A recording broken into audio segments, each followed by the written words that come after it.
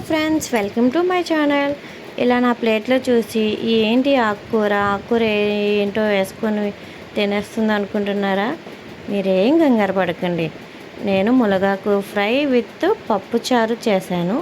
మునగాకు ఫ్రైకి పప్పుచారు అనేది చాలా అంటే చాలా బాగుంటుంది. సో మీరైతే భయపడిపోకండి, బాబాయ్ నాకు మునగాకు ఇష్టం ఉండదు అని. సో నేను చెప్పినట్టు ట్రై చేయండి, మీకు చాలా అంటే చాలా బాగా నచ్చుతుంది. మనం పోపు దినుసులు అలాగే ఇలాగా ఈ వెల్లుల్లిపై బాగా ఫ్రై అయిన తర్వాత వేగిన తర్వాత ఆనియన్స్ అండి, మనకి మునగాకు ఆకుకి సరిపడా ఆనియన్స్ అనేది మనం యాడ్ చేసుకున్నాం అనుకోండి, చాలా అంటే చాలా బాగుంటుంది. ఈ ఆనియన్స్ మనకి ఆకుకూరలో ఒకటి తోటకూరలో కూడా ఇలా ఆనియన్స్ అనేది యాడ్ చేసుకుంటే చాలా బాగుంటుంది. సో నేనైతే ఇలా తింటుంటే మాత్రం నాకు చైనా వాళ్ళు అనేది గుర్తుకొచ్చారు.